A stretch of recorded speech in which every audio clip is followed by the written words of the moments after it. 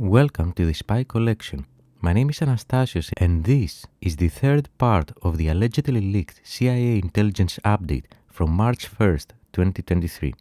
Of course, we aren't in a position to assess its authenticity. It's a continuation from our previous videos, and it starts with another update from CIA's AMC, the Africa Mission Center, focusing on Ethiopia, telling us that Ethiopia, Miltary's ethnic divisions will probably hamper operational readiness. Notice its classification markings, and specifically this, the human control system, telling us that this came from a product of human intelligence gathering. Let's read it. Ethiopia's military and intelligence services are experiencing widening ethnic divisions that will probably impair Addis Ababa's ability to respond to domestic security issues and may impede nascent progress toward peace in Tigray and Oromia. Ethiopia's conscription and training initiatives and use of subnational regional forces since the start of the Tigray conflict in November 2020 have probably intensified ethnic divides among troops. If left unchecked, pervasive ethnic divisions throughout the security apparatus, revitalized after the military shift from Tigray to operations in Oromia, will probably embolden insurgents and foster broader domestic unrest, potentially undermining US efforts to achieve stability in Ethiopia. And here we have the serial number, which is the first time that we see in those alleged leaked documents. Actually, thanks to Edward Snowden's revelations, we do know that this is this. In 2006, there was an internal notification to the NSA by Jeffrey K. Fowler, managing editor of the World Intelligence Review, or WIRE, of the CIA, announcing that this summer, CIA launched the WIRE as its premier corporate intelligence publication containing all source finished intelligence. Now the WIRE is available online via Interlink. And in the announcement, we also read that CIA's DI is pleased to announce the launch of the World Intelligence Review WIRE Online, a JWIX-based version of and companion to the daily printed WIRE product. The WIRE Online utilizes modern web technology and tools to convey the full scope of WIRE content in a graphical user interface patterned after the best of public online content presentation. We'll leave a link in the description if you'd like to read the full, once classified, announcement of NSA Net's newsletter.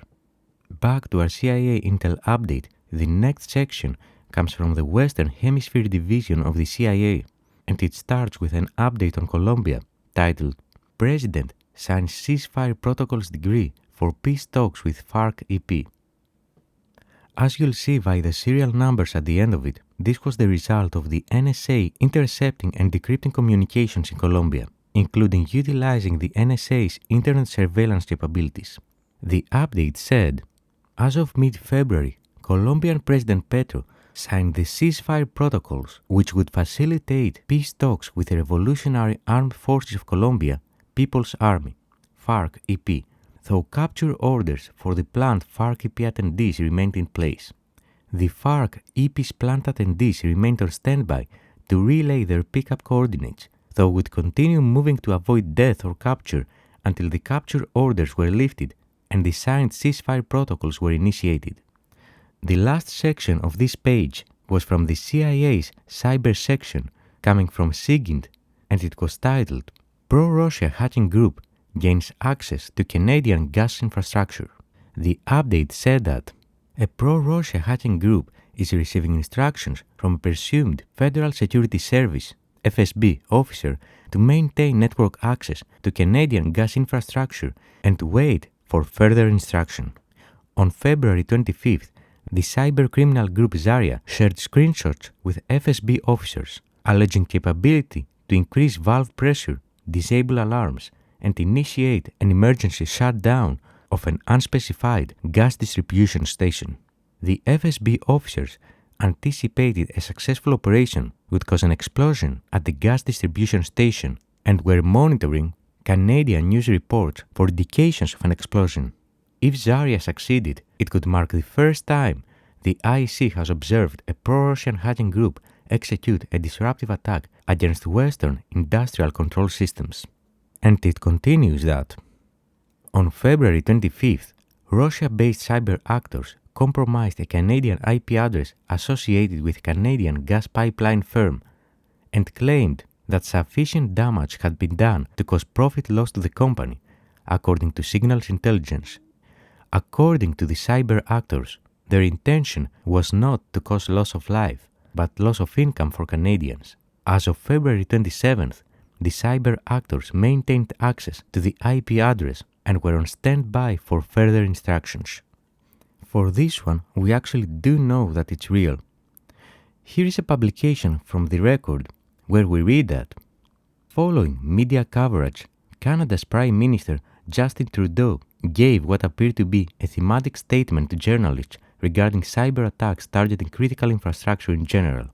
In regards to the reports of cyber attacks against Canadian energy infrastructure, I can confirm that there was no physical damage to any Canadian energy infrastructure following cyber attacks, he said.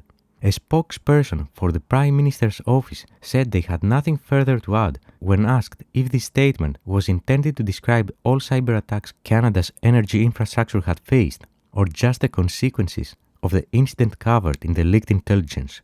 When asked about the document, Sammy Corey, the head of the Canadian Centre for Cybersecurity, CCCS, told The Record that he considered this statement to be the Prime Minister confirming an incident had taken place.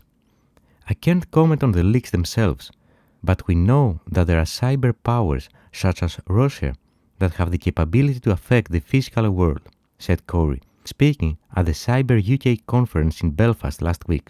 We've seen it all the way back to 2014-2015 when Russia turned off the electricity in Ukraine. So this is a big concern of ours. If these capabilities become more normalized, he added. So we have confirmed there was an incident. The Prime Minister acknowledged there was an incident that did not cause any physical damage, said Corey. This last update was interesting as it showed us how the US intelligence agencies were monitoring the activities of those hacking groups and also indicated how some seemingly cybercriminal groups might also be related to covert operations of spy agencies, in this case, Russia's FSB.